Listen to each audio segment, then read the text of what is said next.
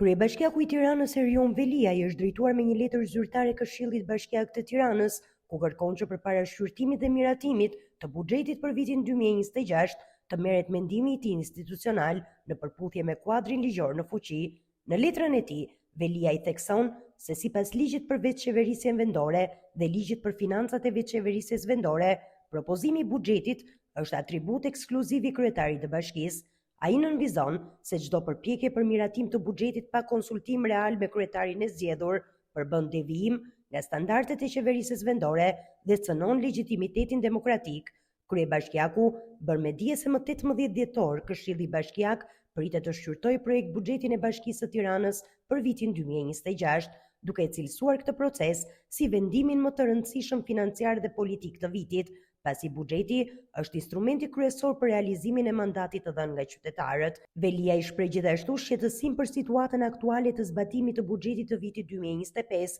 të cilin e cilëson si alarmant me nivel realizimi dukshëm më të ulët krahasuar me vitet e mëparshme. Sipas tij, kjo situatë tregon një paralizë institucionale në Bashkinë e Tiranës. Në këtë kontekst, ai kërkon zyrtarisht zhvillimin e një konsultimi institucional me kryetarin e bashkisë përpara miratimit të buxhetit 2026, duke theksuar se dëgjesat publike të zhvilluara pa pjesëmarrjen ose konfirmimin e tij nuk mund të zëvendësojnë këtë proces ligjor. Kryebashkiaku paralajmëron se miratimi i buxhetit pa u propozuar dhe konfirmuar nga ana e tij do të përbënte institucionalizimin e përjashtimit të kryetarit të zgjedhur nga ushtrimi i funksioneve kushtetuese, duke krijuar një precedent të rrezikshëm për qeverisjen vendore dhe autonominë e saj.